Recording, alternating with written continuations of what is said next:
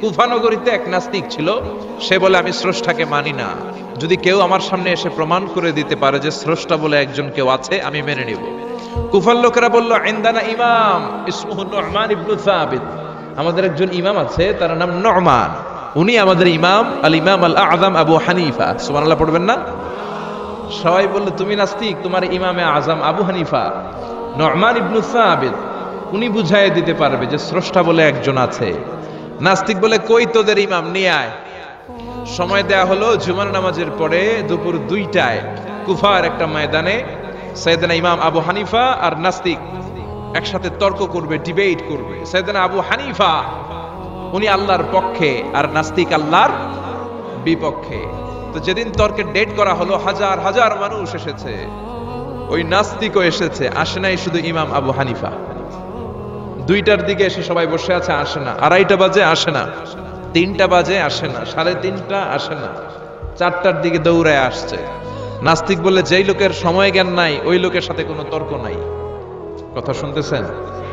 মনোযোগ আছে না গেছে? যার সময়ের জ্ঞান নাই তার সাথে তর্ক নাই। ইমাম আবু হানিফা বললেন ইনদি উযর, আমার ওজর আছে, আই হ্যাভ এক্সকিউজ। কি এক্সকিউজ আছে? আবু হানিফা বলতে শুরু করলেন, আমি যখন ঘর থেকে বের হয়ে যাই আমার বাড়ির সামনে বিশাল একটা নদী পড়ে যায়, এই নদীটা পার হয়ে আসতে হয়। আজকে যে দেখি নদীর সামনে কোনো মানুষ নাই, কোনো নৌকা নাই, কেউ নাই। নদীর পাশেই বিশাল বড় একটা গাছ। হঠাৎ দেখলাম এমনি এমনি গাছটা কেটে 2 ভাগ হয়ে গেল। এমনি এমনি গাছ থেকে তক্তা বেরোয় জোড়া লেগে গেল। করাত ছাড়া, মিস্ত্রি ছাড়া কাঠগুলো অটোমেটিক্যালি লেগে লেগে নৌকা হয়ে গেল। মাঝি ছাড়া, লগি ছাড়া, বৈঠা ছাড়া এই নৌকাতে আমি উঠে বসলাম, নৌকা আমাকে নিয়ে টান দিয়ে সা করে নদীর উপারে নিয়ে গেল। এই প্রসেসিংটা হতে আমার 2 ঘন্টা সময় লেগেছে। কয় ঘন্টা? নাস্তিক কয় তবে ইমাম গাঞ্জা খাইছে, গাঞ্জা। তোদের ইমাম গাঁজা খেয়েছে অথবা গত রাতে ঘুমায় নাই। সাইয়েদনা ইমাম আবু হানিফা বললেন এমন কথা বলেন কেন? নাস্তিক বলে মানুষ ছাড়া, করাত ছাড়া, মিস্ত্রি ছাড়া গাছ এমনি এমনি 2 ভাগ হয়ে যায় নাকি? এমনি এমনি তক্তা জোড়া লেগে যায় নাকি? কাঠের পিসগুলো জোড়া লেগে লেগে নৌকা হয়ে যায় নাকি? মাঝি ছাড়া, লগি ছাড়া, বৈঠা ছাড়া নদীর এপার থেকে নৌকা কাউকে নিয়ে ওপারে চলে যায় নাকি? ইমাম আবু হানিফা বললেন now you are on the right track, এই তো আপনি লাইনে চলে আসছেন, এখন আপনার বোঝানো সহজ হবে আমার।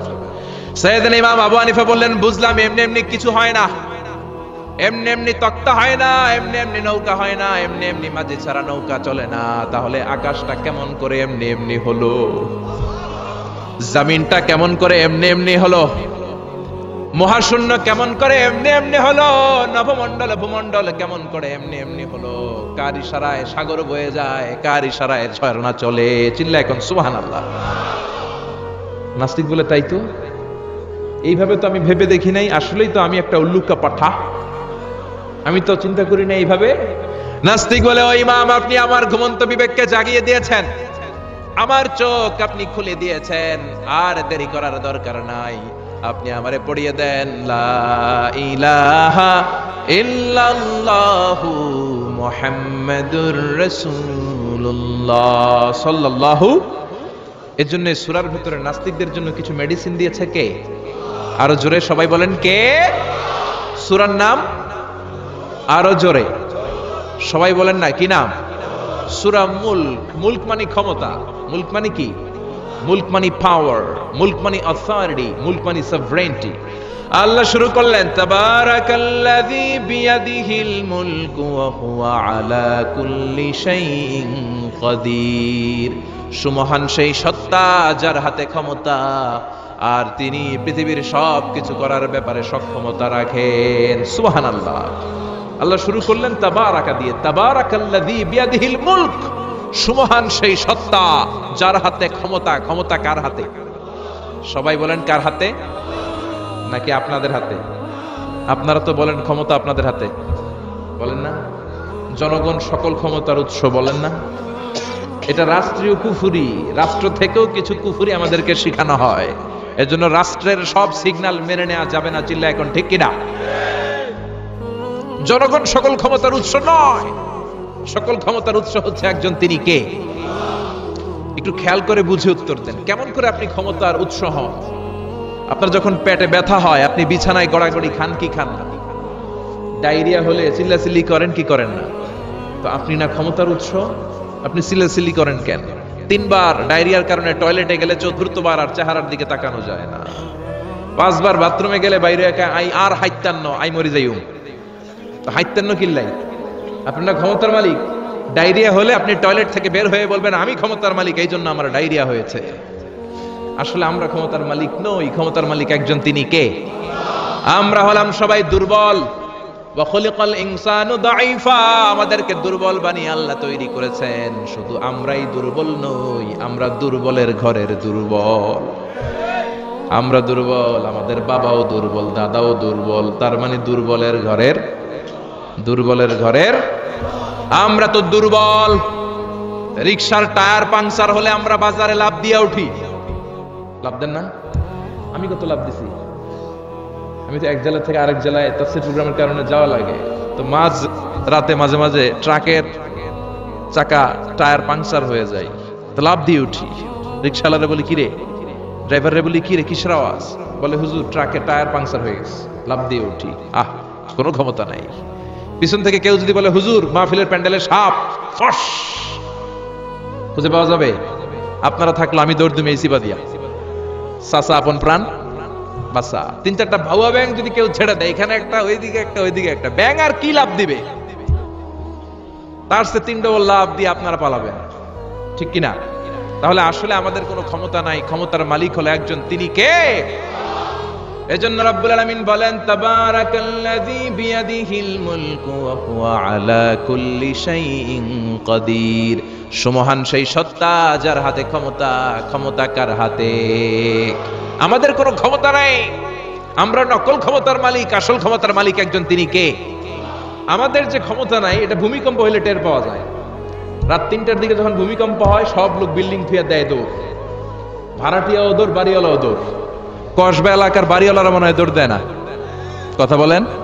ভাড়াটিয়াও দৌড় দেয়, বাড়িওয়ালাও দৌড় দেয়। চিল্লায় বলেন ঠিক কিনা? রাত 3টায় যখন ভূমিকম্প হয়, পুলিশের প্রধানও দৌড় দেয়, বাস্তবে তো র্যাবের প্রধানও দৌড় দেয়, প্রেসিডেন্টও দৌড় দেয়, শুধু প্রধানমন্ত্রী দৌড় দেয় না। দেয়, আমি কই নাই, কিন্তু আপনারা কইছেন।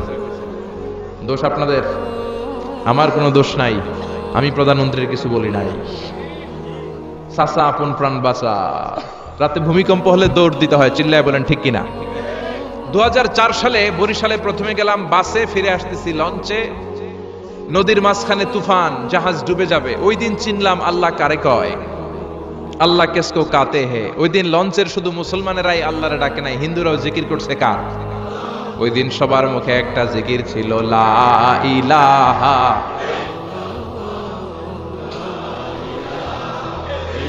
লা ইলাহা ইল্লাল্লাহু মুহাম্মাদুর রাসূলুল্লাহ। লঞ্চের সবাই সেদিন চিৎকার দিয়ে বলছে বাঁচাও। আমি বললাম কে বাঁচাবে? কে হুজুর আপনি বাঁচাবেন। তো তাইলে আমারে বাঁচাইবো কে? কে হুজুর আপনারে বাঁচাইবো আল্লাহ। আসলে বিপদে পড়লে বোঝা যায় আমাদের কোনো ক্ষমতা নাই, ক্ষমতার মালিক হচ্ছেন একজন, তিনি কে?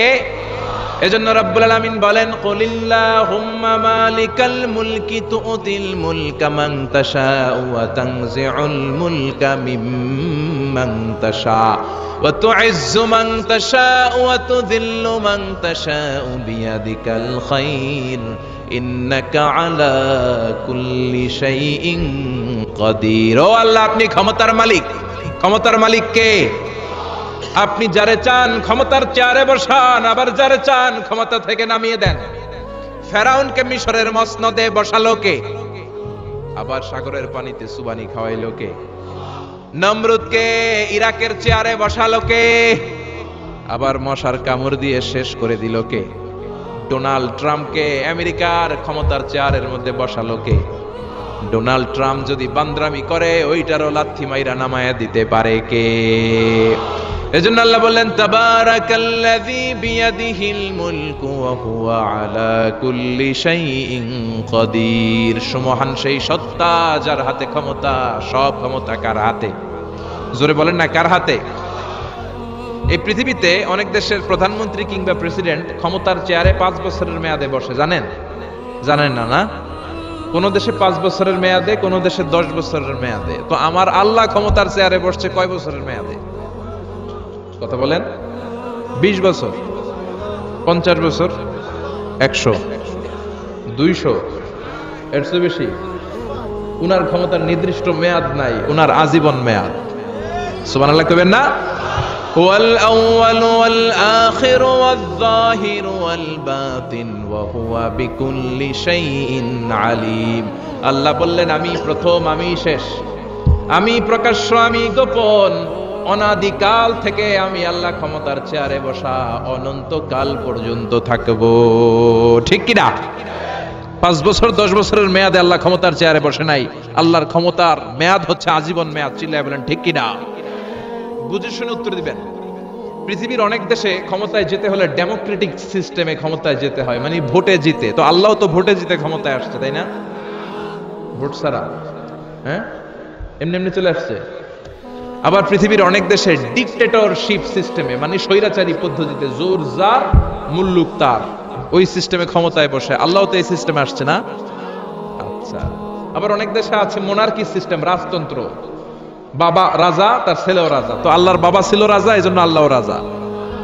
বিষয়টা কেমন? আল্লাহ বললেন, খবরদার, আমার ক্ষমতার সাথে তোদের ক্ষমতা মিলাবি না। কুল হুয়াল্লাহু আহাদ আল্লাহুস সামাদ লাম ইয়ালিদ ওয়া লাম ইউলাদ ওয়া লাম ইয়াকুল লাহু কুফুয়ান আহাদ। লাম ইয়ালিদ ওয়া লাম ইউলাদ, আমি কাউরে জন্ম দেই নাই, আবার আমি কারো কাছ থেকে জন্ম নেই নাই, উত্তরাধিকার সূত্রে কারো কাছ থেকে ক্ষমতা পাই নাই। বিশ্বের শুরুতে, মহাবিশ্বের শুরু থেকে যে ক্ষমতার চেয়ারে আমি আল্লাহ বসে আছি, আমি আল্লাহ এই ক্ষমতার চেয়ারে শেষ পর্যন্ত থাকবো। চিল্লায় বলেন ঠিক কি না? আমাদের ক্ষমতার সাথে ওনার ক্ষমতার কোনো মিল নাই। আবার পৃথিবীর অনেক দেশে দেখবেন ক্ষমতায় যেতে হলে কোয়ালিশন করা লাগে। বাংলাদেশে এটা বলে জোট করা লাগে। কি করা লাগে? জোটের রাজনীতি বাংলাদেশে আছে না নাই? কথা বলেন। কথা কয় না, মনে কিছু বুঝেই না। জোটের রাজনীতি আছে না নাই? জোট যার বেশি, ক্ষমতা তার বেশি। ঠিক কি না? প্রথমে শুরু হলো 4 দলীয় জোট, তারপর 14 দলীয়, তারপর 18 দলীয়, এরপর 20 দলীয়, এরপর মহাজোট, এবার হবে মহাজোট।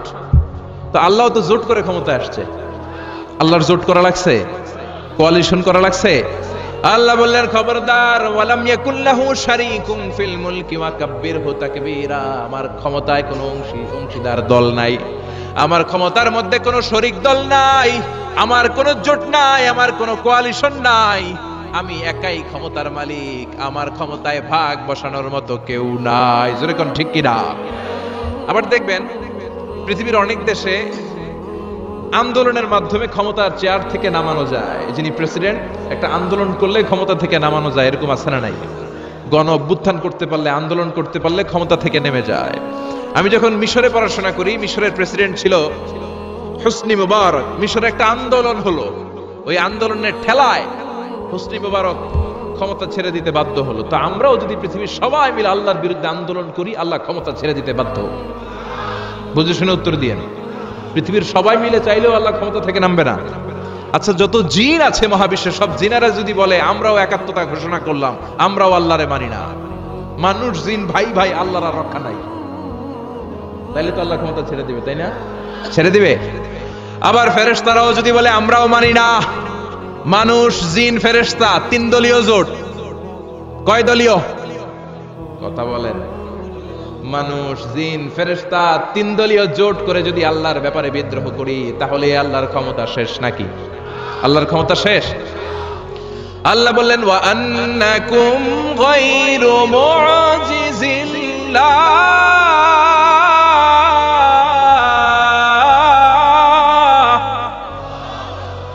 খবরদার, গোটা বিশ্বের সবাই মিলে যদি আমি আল্লাহরে পরাস্ত করতে চাও, গোটা বিশ্বের সবাই মিলে যদি আমি আল্লাহর ব্যাপারে বিদ্রোহ করো, আমি আল্লাহর বিরুদ্ধে যদি আন্দোলন সবাই মিলে তোমরা করো, আমার ক্ষমতার 1 আনাও তোরা কমাতে পারবি না। সুবহানাল্লাহ। তার মানে আমাদের ক্ষমতার সাথে আল্লাহর ক্ষমতার কোনো মিল নাই। চিল্লায় বলেন ঠিক কিনা? আবার বুঝে শুনে উত্তর দেন। অনেক দেশে দেখবেন রাজার বয়স এত হইছে, বয়সের ভারে নুজ্জ হয়ে 70-80-তে পৌঁছে গেছে, কয় আই আর 57, আমি অবসরে যাব, সেলফ রিটায়ারমেন্ট, স্বেচ্ছায় অবসরে যাব। এরকম হয় না? অনেক রাজা, সুলতান, প্রেসিডেন্ট স্বেচ্ছায় অবসরে চলে যায়। তো আল্লাহরও তো অনেক বয়স হয়েছে, এখন আল্লাহর অবসরে যাওয়ার সময় এসেছে। বয়স হয় নাই, এত বছর উনি ক্ষমতা চালায়, এখনো বয়স হয় নাই। উনি ক্লান্ত হয় না? ওনার ঘুমে ধরে না? আল্লাহ বললেন খবরদার, লা তাখুযুহু সিনাতুন ওয়ালা নাওম, আমার ঘুম নাই, আমার কোনো নিদ্রা নাই, আমার কোনো তন্দ্রা নাই, আমার কোনো ঝিমুনি নাই। ওয়ালা ইয়াউদুহু হিফযুহুমা ওয়া হুয়াল আলিয়ুল আযীম। এই পুরো মহাবিশ্বটা পরিচালনা করতে যে আমি আল্লাহ ক্লান্ত হই না, আমি আল্লাহর তন্দ্রা আসে না, আমি আল্লাহর ঝিমুনি আসে না, আমি আল্লাহর ঘুম আসে না। আমি আল্লাহ একাই মহাবিশ্বের সব ক্ষমতার মালিক, ঠিক কি না? এজন্য আল্লাহ বললেন তাবারাকাল্লাযী বিয়াদিহিল মুলকু ওয়া হুয়া আলা কুল্লি শাইইন কাদির। মহান সেই সত্তা যার হাতে ক্ষমতা। ক্ষমতা কার হাতে? সবাই বলেন না, ক্ষমতা কার হাতে? নাকি আপনাদের হাতে? আর কোনদিন বলবেন জনগণ সকল ক্ষমতার উৎস? আর কোনদিন বলবেন সকল ক্ষমতার উৎস হচ্ছে একজন, তিনি কে? আওয়াজ করে বলতে হবে, তিনি কে? আমরা বললাম আল্লাহ, বুঝলাম আপনি ক্ষমতার মালিক, আর কিসের মালিক বলেন? আল্লাহ বললেন আল্লাযী খালাকাল মাউতা ওয়াল হায়াতা লিয়াবলুয়াকুম আইয়ুকুম আহসানু আমালা ওয়া হুয়াল আজিজুল গফুর। আমি শুধু ক্ষমতারই মালিক নই, আমি এমন আল্লাহ যে আল্লাহ জীবন তৈরি করলাম, যে আল্লাহ মরণ তৈরি করলাম। আমি জীবনেরও মালিক, মরণেরও মালিক। আমাদেরকে জীবন দিয়েছে কে? মরণ দিয়েছে কে? আমাদের প্রাণ ভিক্ষা দিতে পারে কে? নাকি আপনাদের রাষ্ট্রপতি? আপনাকে রাষ্ট্রপতি তো নাকি প্রাণ ভিক্ষা দেয়, দেয় না? আরে রাষ্ট্রপতিরও তো প্রাণ ভিক্ষা দিবে আল্লাহ, চিল্লায় বলেন ঠিক কিনা? আল্লাহ বললেন আমি এমন আল্লাহ আল্লাযী খালাকাল মাউতা ওয়াল হায়াতা লিয়াবলুয়াকুম আইয়ুকুম আহসানু আমালা। তোমরা কে কেমন আমল করো এটা দেখার জন্য আমি জীবন বানালাম, মরণ বানালাম, আর জীবন মরণের মাঝখানে তৈরি করলাম রূহ। রূহ তৈরি করলাম। কি তৈরি করলাম? রূহ মানুষ তৈরি করতে পারে না, রূহ তৈরি করতে পারে একজন, তিনি কে? মানুষ কম্পিউটার তৈরি করতে পারে, প্লেন বানাতে পারে, রকেট বানাতে পারে, রোবট বানাতে পারে, সুফিয়া খালারে বানাতে পারে, কিন্তু রূহ বানাতে পারে না। সুফিয়া খালারে চিনেন? আপনারাও চিনেন? মেয়েদের মতো লিপস্টিক দেয়া হয়েছে ওর ঠোঁটে, মেয়ের আকৃতি দেয়া হয়েছে, অবয়ব দেয়া হয়েছে। সুফিয়া রোবটটাকে দেখে আমার প্রতিবন্ধী মনে হলো। এমনি তাকায়, এমনি করে, এমনি করে, এমনি করে, আর ভেতরে সফটওয়্যারে সব সেট করে দেয়া, যেটা রিমোট কন্ট্রোলে চাপে ওই অনুযায়ী বলে। চিল্লায় বলেন ঠিক কিনা? যারা এই সুফিয়াকে বানিয়েছে, কিয়ামতের দিন আল্লাহ বলবে এই সুফিয়ার ভেতরে রূহ দে। এই সুফিয়ার ভেতরে রূহ দে। যারা এই সুফিয়া নিয়ে পৃষ্ঠপোষকতা করেছে, বিদেশ থেকে দেশে এনেছে, সবাইকেই আল্লাহর সেদিন বিচারের ট্রাইব্যুনালের, সুপ্রিম কোর্টের কারাগারে কাঠগড়ায় আসামি হয়ে দাঁড়াতে হবে। চিল্লায় বলেন ঠিক কিনা? এজন্য আল্লাহ ডেকে বললেন গোলাম, আমি জীবন বানালাম, মরণ বানালাম, জীবন মরণের মাঝখানে বানালাম রূহ। এই রূহ থাকলে তুমি জিন্দা, রূহটা না থাকলে তুমি হয়ে যাও মুর্দা। এই যে মিজানুর রহমান আজহারী কথা বলতেছে, হাসে, হাত নাড়ে, কথা বলে, কারণ রূহ আছে। এই রূহটা বের হয়ে গেলে লাশ হয়ে পড়ে যেতে হবে। চিল্লায় বলেন ঠিক কিনা? মক্কার কাফিরেরা বলল আব্দুল্লাহর বেটা মুহাম্মদ, রূহ কাকে বলে আমাদের বলো। রূহ দেখতে কেমন? কেমন করে দেহের মধ্যে রূহ ঢুকে, কেমন করে রূহটা দেহ থেকে উড়াল দেয়। এই রূহুর ব্যাপারে তথ্য দিতে পারলে কালিমা পড়ে সবাই মুসলমান হয়ে যাব। আপনারা রূহ দেখছেন কেউ? আপনার দাদা যে মারা গেল, বাবা যে মারা গেল, রূহটা যে উড়াল দিল, দেখছেন? কালার কেমন? সাইজ কতটুকু? ওজন কতটুকু? দেখতে কেমন? আমরা কেউ রূহ দেখেছি? চিল্লায় বলেন দেখেছি। বিশ্বনবীরে বলা হলো আব্দুল্লাহর বেটা মুহাম্মদ, রূহ কারে বলে? যদি বলতে পারো কালিমা পড়বো। বিশ্বনবী বলতে পারে না, কারণ বিশ্বনবী মন গড়া কোনো কথা বলেন না। আকাশ থেকে গ্রিন সিগন্যাল আসলে তবেই বলেন, ঠিক কিনা? বিশ্বনবী আল্লাহ তাআলার পক্ষ থেকে গ্রিন সিগন্যাল পাওয়ার জন্য উপরে তাকিয়ে রইলেন, আয়াত নাজিল হয়ে গেল। ইয়াসআলুনাকা আনির রূহি কুলির রূহু মিন আমরি রাব্বি ওয়া মা উতীতুম মিনাল ইলমি ইল্লা কালিলা। ও নবী, লোকেরা আপনারা জিজ্ঞেস করে রূহ কাকে বলে? মা হুয়ার রূহ, হোয়াট ইজ দ্য স্পিরিট? আপনি বলে দেন রূহ হলো আল্লাহর পক্ষ থেকে স্পেশাল অর্ডার। আল্লাহর অর্ডারে এই রূহটা দেহের মধ্যে ঢোকে, আবার আল্লাহর অর্ডারে রূহ বের হয়ে যায়। আল্লাহু আকবার। এই রুহুটা মানুষের দেহে ঢুকে কার অর্ডারে, আবার বের হয়ে যাবে কার অর্ডারে? পৃথিবীর যত বিজ্ঞানীরা আছে সবাই মিলেও কি একটা রুহু বানাতে পারবে? জোরে বলেন না, রুহু বানাতে পারবে? আল্লাহ চ্যালেঞ্জ করে বললেন, ওমা উতীতুম মিনাল ইলমি ইল্লা কালিলা, তোমাদেরকে একেবারে যত সামান্য কিঞ্চিত জ্ঞান দিয়ে আমি তৈরি করেছি, তোমাদের এই লিমিটেড জ্ঞান দিয়ে রুহু বানানো যাবে? ইউনাইটেড স্টেটস অফ আমেরিকা একজন মেডিকেল সায়েন্টিস্ট এই চ্যালেঞ্জ গ্রহণ করলো। সে চ্যালেঞ্জ গ্রহণ করে বলল, আমি রুহু বের করে ছাড়বো। কি বের করব? রুহু। আমেরিকার ওই মেডিকেল সায়েন্টিস্ট সে চ্যালেঞ্জ করে বলল, আমি রুহু বানাবো। কি বানাবো? উত্তর দিতে হবে কিন্তু। কি বানাবো? রুহু বানাবো। কেমন করে রুহু বের হয় এটা আবিষ্কার করে আমি নোবেল প্রাইজ জিতবো, নোবেল লরেট হব। 7 বছর সে গবেষণা করলো মুমূর্ষু রোগীদের নিয়ে। মুমূর্ষু রোগী নিয়ে বসে থাকে, কখন রুহুটা বের হবে, রুহু ধরার জন্য বসে থাকে। কিন্তু 7 বছরে হাজার হাজার মুমূর্ষু রোগীর দেহ থেকে রুহু উড়াল দিছে, কিন্তু রুহু ধরতে পারে নাই। সুবহানাল্লাহ কইবেন না? আচ্ছা, এইবার তার মাথায় একটা চিন্তা আসলো, না এই পন্থায় হাঁটলে তো হবে না, আমি একটা কাজ করি, বুলেট প্রুফের গ্লাস দিয়ে একটা ছোট্ট গ্লাসের রুম বানাই, ওই গ্লাসের ভেতরে মুমূর্ষু রোগী ঢুকাইয়া দিব। বুলেট প্রুফ চিনেন তো? মানে গুলি মারলেও গুলি ঢুকবে না। আমাদের মাননীয় প্রধানমন্ত্রী, রাষ্ট্রপতি মহোদয়, ওনারা যে গাড়িগুলো চালায় এগুলো কিন্তু বুলেট প্রুফ, জানেন? গুলি মারলে গুলি ঢুকে না। তো উনি বুলেট প্রুফ গ্লাস দিয়ে, টেম্পার্ড গ্লাস দিয়ে ছোট্ট একটা রুম বানালেন, কাচের গ্লাস। উনি মনে মনে ভাবলেন, মুমূর্ষু রোগী যদি এই কাচের গ্লাসের ভেতরে ঢুকাই, যেহেতু বুলেট প্রুফ, কিছু ঢুকেও না, বাইরে হয় না, রুহু বাইরে কেমনে দেখি। তো কাচের গ্লাস বানিয়ে তার টিমের সবাইকে বলল, আইসিইউ থেকে একটা মুমূর্ষু রোগীকে ধরে আনো, আজকে আমি রুহু ধরে ছাড়ব। তো মুমূর্ষু রোগীকে আনা হয়েছে ইন্টেনসিভ কেয়ার ইউনিট থেকে, তাকে কৃত্রিম অক্সিজেন দিয়ে লাইফ সাপোর্টে রাখা হয়েছে। মেডিকেল টিমের প্রধান বলে, এই লোকটারে এই বুলেট প্রুফ গ্লাসের যে ছোট্ট রুম, এটার ভিতরে ঢুকানোর আগে চেক হিজ বিপি, তার বিপি মাপ, ব্লাড প্রেশার মাপ। তো মেপে দেখে ঠিক আছে। ওজন মাপ, বলে ওজন মাপা হলো, ওজন হচ্ছে 80 কেজি, 80 কিলোগ্রাম। কত কেজি? 80। সবাই বলেন কত কেজি? 80 কেজি। এবার মেডিকেল টিমের প্রধান বলে, মুমূর্ষু রোগীটার ভিতরে ঢুকিয়ে দে। ঢুকানো হলো। এবার সে বলল, লাইফ সাপোর্ট খুলে ফেল। সবাই বলে, স্যার লাইফ সাপোর্ট খুলে ফেললে তো মরে যাবে। মেডিকেল টিমের প্রধানকে মারার জন্যই তো আনছি, এটার না মারলে আমি রুহু পামু কেমনে? এটা রুহুটা তো বের করতে হবে দেহ থেকে। তো যেই কথা সেই কাজ, ঢুকানো হলো, লাইফ সাপোর্ট খুলে ফেলা হলো। লোকটা গ্লাস ফিটিং করা রুমের ভেতরে ছটফট করতে করতে দুনিয়া থেকে বিদায় নাই। এবার মেডিকেল টিমের প্রধান রুহু খুঁজতেছে, দুনিয়া থেকে বিদায়, তার মানে তো রুহু বের হয়ে গেছে, কিন্তু রুহু আর খুঁজে পায় না। গ্লাসের এই দিকে তাকায়, ওই দিকে তাকায়, নিচে উপরে, ডানে বায়ে, সামনে পেছনে, কোথাও রুহু নাই। রুহু খুঁজে পাওয়া যায় না। সে ভাবলো, আমি গ্লাসের দরজাটা খুলে হাত দিয়ে এরকম বাইং মাছ যেমন হাতায়, এরকম হাতাইলে হয়তো রুহু পাবো। তো কাচের গ্লাস খুলে হাত দিয়ে এরকম হাতানো শুরু করলো। হাতাতে হাতাতে পুরো গ্লাস ফিটিং করা রুমের ভিতরে সব খুঁজে ফেললো, কিন্তু রুহু খুঁজে পাওয়া যায় নাই। লোকটাকে বের করা হলো। উনি বললেন, চেক হিজ বিপি। বিপি মাপতো। সবাই বলে, স্যার এটা তো ময়রা ভূত হয়ে গেছে, এখন তো বিপি নাই। বিপি বুঝেন তো? Blood pressure. এই যে ধাক্কাটা, অলিন্দ নিলয়, সিস্টোলিক ডায়াস্টোলিক, জন্মের পর থেকেই আমাদের এই যে দম নেয়া আর দম ছেড়ে দেওয়ার খেলাটা আছে না নাই? কথা বলেন। এই যে ফুসফুস দম নেয়, দম ছেড়ে দেয়। শীতের রাতে আপনি কম্বল গায়ে দিয়ে ঘুমায় যান, আপনার দমও কি ঘুমায় যায়? আপনার দম ঘুমাইলে তো আপনি ঠুস। আয় রে মানুষ রঙিন ফানুস, দম ফুরাইলে তবু তো ভাই কারোরই নাই একটুখানি।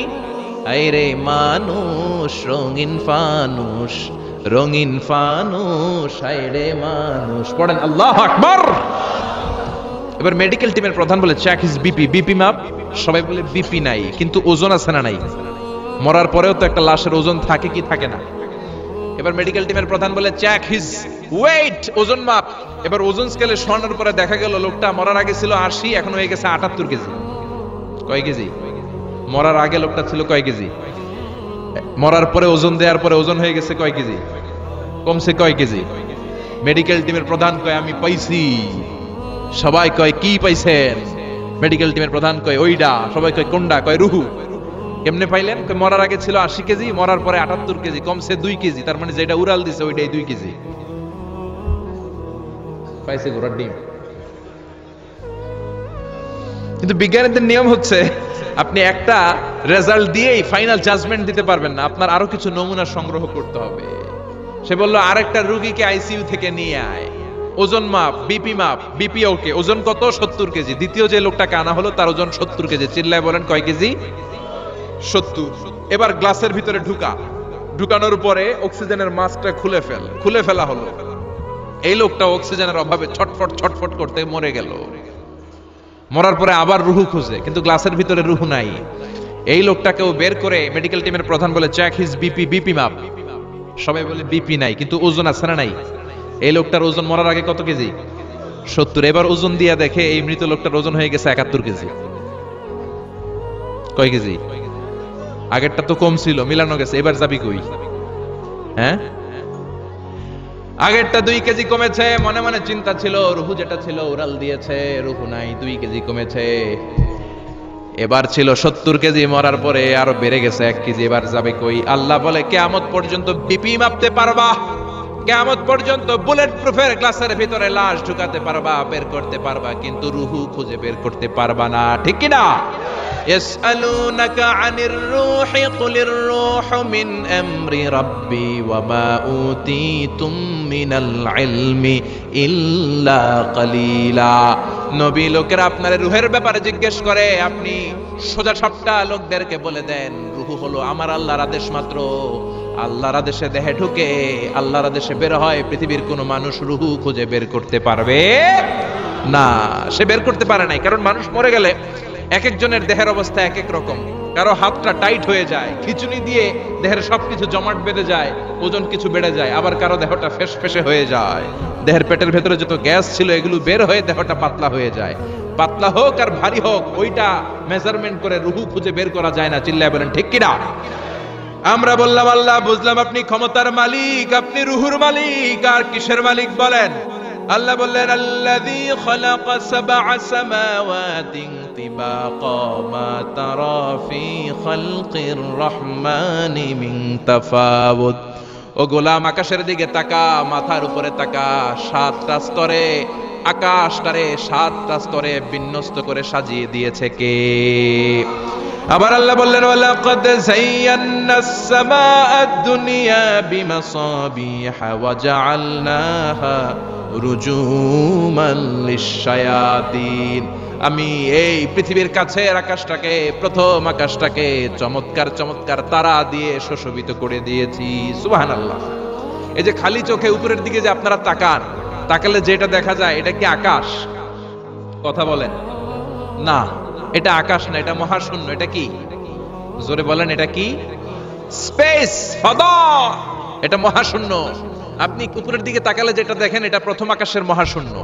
কথা খেয়াল করে বুঝতে হবে। তার অনেক অনেক উপরে প্রথম আকাশ, তারপরে দ্বিতীয় আকাশের মহাশূন্য, তারপরে দ্বিতীয় আকাশ, তারপরে তৃতীয় আকাশের মহাশূন্য, তারপরে তৃতীয় আকাশ, তারপরে চতুর্থ আকাশের মহাশূন্য, তারপরে চতুর্থ আকাশ। এভাবে একটার চেয়ে আরেকটা বড়। কত বড়? বিষ্ণু বললেন, তোমার হাতের আংটিটা খুলে যদি সাহারা মরুভূমির উপরে ছুঁড়ে ফেলে দাও, সাহারা মরুভূমির তুলনায় তোমার হাতের আংটি যত ছোট, আল্লাহর দ্বিতীয় আসমানের তুলনায় আল্লাহর প্রথম আসমানটা ঠিক তত ছোট। সুবহানাল্লাহ। বাড়িতে যে বললেন, একটার চেয়ে আরেকটা বড়। প্রথম আসমানের চেয়ে দ্বিতীয় আসমান বড়, দ্বিতীয় আসমানের চেয়ে তৃতীয় আসমান বড়, ওইটার চেয়ে চতুর্থ, পঞ্চম, ষষ্ঠ, সপ্তম ওইটা বড়। তার উপরে বর্ডার এলাকা সিদরাতুল মুনতাহা বড়, তার চেয়ে বড় হচ্ছে লাউহে মাহফুজ, তার চেয়ে বড় আল্লাহর আরশ, তার চেয়ে বড় আল্লাহর কুরসি, তার উপরে আল্লাহর 70,000 নূরের পর্দার প্রথম পর্দাটা মহাবিশ্বের সবকিছুর চাইতে বড়। আল্লাহর এই সৃষ্টির তুলনায় কত ক্ষুদ্র আমি, কত তুচ্ছ আমি, কত নগণ্য আমি। এই যে আড়াইবাড়ি দরবার, এটার কোন থানায় পড়েছে? কসবা। কসবা হচ্ছে ব্রাহ্মণবাড়িয়ার একটা থানা, তাই না? ব্রাহ্মণবাড়িয়া হচ্ছে বাংলাদেশের 64টা জেলার একটা জেলা। এরকম 64টা জেলা মিলে সুজলা সুফলা শস্য শ্যামলা ডিজিটাল বাংলাদেশ। ঠিক কিনা? আর এই ডিজিটাল বাংলাদেশ এই পৃথিবীর সবচেয়ে বড় দেশ নাকি? হ্যাঁ, তাহলে ছোট্ট সাইজের একটা দেশ। এই যে পাশের ভারত, এই ভারতও বাংলাদেশের চেয়ে 20-25 গুণ বড়। কানাডা প্রায় 100 গুণ বড়, রাশিয়া প্রায় 150 গুণ বড়। এরকম 200টা দেশ নিয়ে পৃথিবীর 30 ভাগ স্থল, বাকি 70 ভাগ শুধু হানি আর হানি। বুঝতে পারছেন? 30 ভাগ হচ্ছে স্থল, বাকি 70 ভাগ জল। এই পুরোটা মিলে আমাদের পৃথিবী। এই পৃথিবী হচ্ছে সৌরজগতের খুব ছোট্ট সাইজের একটা গ্রহ। সৌরজগৎ নিয়ে যাদের কিছু পড়াশোনা আছে তারা জানবেন, এই সৌরজগতের একটা ছোট্ট বালিকণার চেয়েও ছোট সাইজের একটা গ্রহ হচ্ছে পৃথিবী। এই সৌরজগতের যে গ্রহগুলো আছে, এমনও গ্রহ আছে যেগুলো পৃথিবীর চাইতে সাইজে অনেক বড়। বৃহস্পতি নামে একটা গ্রহ আছে, বিশাল বড় সাইজের গ্রহ। যেই সূর্যের আলো পেয়ে আমরা বেঁচে আছি, এই সূর্যটা পৃথিবী থেকে 13 লক্ষ গুণ বড়। সুবহানাল্লাহ। বাড়িতে যে দেখছেন, বাড়িতে যে বলতে বললে এদিকে বলে ফেলায়, আসতে বলতে বললে চিল্লায় বলে। ডিজিটাল সিস্টেম, সরকার ডিজিটাল, দেশ ডিজিটাল, বক্তা ডিজিটাল, শ্রোতাও ডিজিটাল। আশা করি মাইকটাও ডিজিটাল না? আলহামদুলিল্লাহ, ডিজিটাল হতে হবে। তো এই সূর্যটা পৃথিবী থেকে 13 লক্ষ গুণ বড়। কত লক্ষ?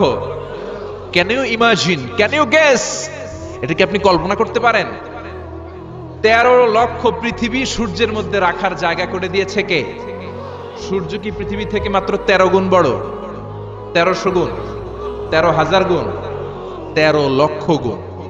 তার মানে কি সূর্যই মহাবিশ্বের সবচেয়ে বড় গ্রহ, বড় তারা? না।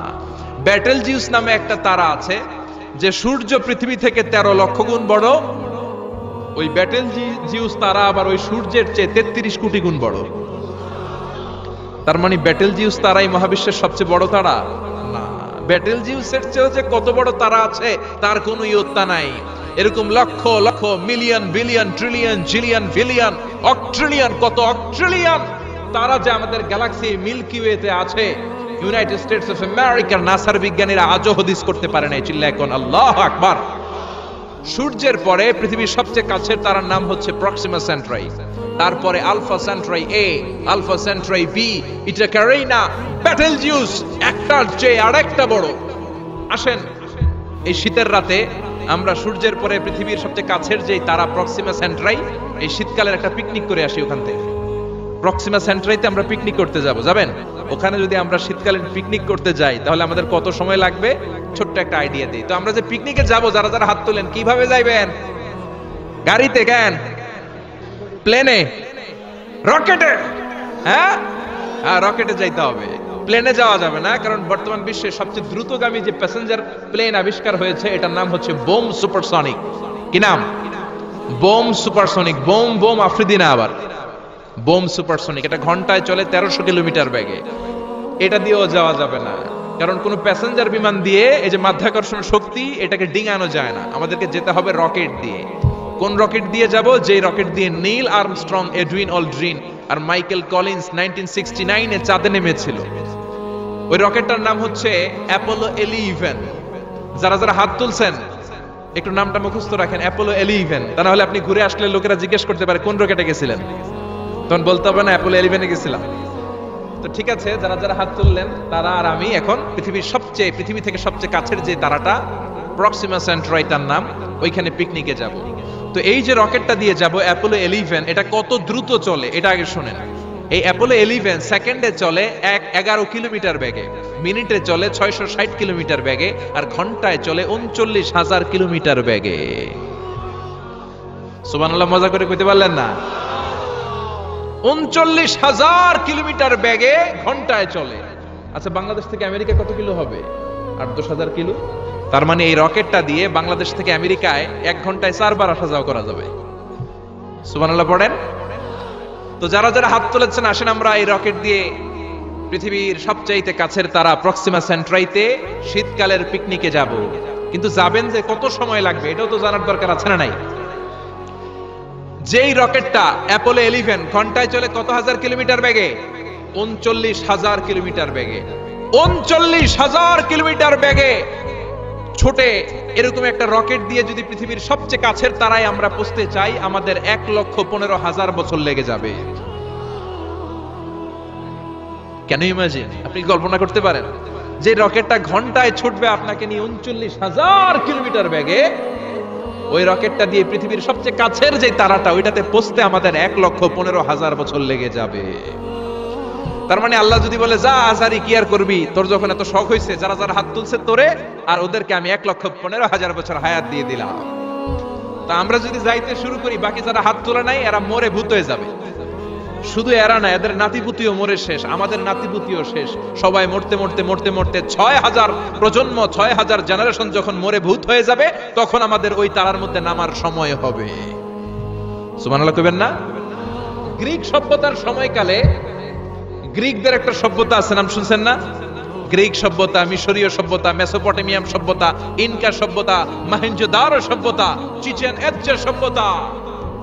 তো এই যে গ্রিক সভ্যতার সময়কালে কেউ যদি এই প্রক্সিমা সেন্ট্রাইতে এই রকেটটা দিয়ে যাওয়া শুরু করতো, তাহলে 2018 সালে তাদের পুরো সফরের মাত্র 4% কমপ্লিট হতো। 96% ট্যুর তখনও বাকি থেকে যেত। চিল্লায় পড়েন আল্লাহু আকবার। ওই আল্লাহ ডেকে বললেন, গোলাম ওয়ালাকাদ যায়্যানাস সামাআদ দুনিয়া বিমাসাবিহা ওয়া জাআলনাহা রুজুমান লিশ-শায়াতিন। এরকম বিশাল বিশাল তারকারাজি দিয়ে, তারা দিয়ে প্রথম আকাশটাকে আমি আল্লাহ সুশোভিত করে দিয়েছি। পড়েন সুবহানাল্লাহ। তো এরকম তারা কি মহাশূন্যে শুধু একটা আছে? কত হাজার আছে কেউ জানে না। চিল্লায় বলেন ঠিক কিনা? সূরাতুল মুলক অনেক লম্বা, তো আমি হাইলাইটেড জায়গাগুলো নিয়ে আপনাদের সাথে কথা বলি। এরপরে রব্বুল আলামিন প্রথম রুকুর শেষের দিকে বললেন, ওয়া আসিররু কাওলাকুম আও ইজহারু বিহি ইন্নাহু আলিমুম বিযাতিস সুদূর। ও গোলাম, তোমরা আস্তে কোনো কথা বলো, প্রকাশ্যে বলো কিংবা গোপনে বলো, কেউ শোনে না, শোনে কে? চিল্লায় বলেন, কেউ যেটা দেখে না দেখে কে? কেউ যেটা শোনে না শোনে কে? দুনিয়ার সবার চোখ আপনি ফাঁকি দিতে পারবেন, আমার আল্লাহর চোখ ফাঁকি দেয়া যাবে নাকি? আচ্ছা বলেন তো, পুলিশের চোখ ফাঁকি দেয়া যায় কি যায় না? র্যাবের চোখ, বিমানবন্দরে কাস্টমস অফিসারের চোখ, দুর্নীতি দমন কমিশনের অফিসারের চোখ, পরীক্ষার হলে ম্যাজিস্ট্রেটের চোখ, কিন্তু আমার আল্লাহর চোখ ফাঁকি দেয়া যায়? আপনি রাত্রিবেলা দরজা বন্ধ করে জানলা আটকে দিয়ে বাতি বন্ধ করে পাপ করেছেন, অন্যায় করেছেন, কেউ দেখে নাই, দেখেছে কে? এরপরে আল্লাহ বললেন, আওয়ালাম ইয়ারাউ ইলা তাইরি ফাওকাহুম সাফাতিন ওয়া ইয়াকবিদনা মা ইউমসিকুহুন্না ইল্লার রহমান ইন্নাহু বিকুল্লি শাইইন বাসীর। আল্লাহ ডেকে বললেন, গোলাম ওরা কি পাখির দিকে তাকায় না? আওয়ালাম ইয়ারাউ ইলা তাইর, ওরা কি পাখির দিকে নজর করে না? ফাওকাহুম সাফাতিন ওয়া ইয়াকবিদ, যেই পাখিগুলো ওদের মাথার উপর দিয়ে উড়ে বেড়ায়, যেই পাখিগুলো ওদের মাথার উপরে ডানাগুলো মেলে দেয়, আবার ডানাগুলো ঝাপটে জমিনের মধ্যে নেমে আসে, ওরা কি পাখির দিকে তাকায় না? কেউ যদি পাখি নিয়ে গবেষণা করে সে নাস্তিক হতে পারে। আপনি যদি পাখি নিয়ে রিসার্চ করেন আপনি নাস্তিক হতে পারবেন না। এজন্য আল্লাহ তাআলা পবিত্র আল কোরআন আল কারীমের অনেক জায়গায় পাখির কথা বললেন, পাখি দিয়ে আল্লাহ দৃষ্টান্ত দিলেন। সুলাইমান আলাইহিস সালামকে আল্লাহ তাআলা একটা স্পেশাল পাখি দিলেন, ওটার নাম হচ্ছে হুদহুদ। 1000 মিটার উপর থেকেও তার এই পাখির চোখে মেগাপিক্সেল এত বেশি ছিল, জমিনের দিকে নজর করেই জমিনের কত ফুট নিচে মিষ্টি পানি আছে এই পানির সন্ধান সে সুলাইমান নবীকে দিয়ে দিত। সুবহানাল্লাহ পড়েন। কত কিছু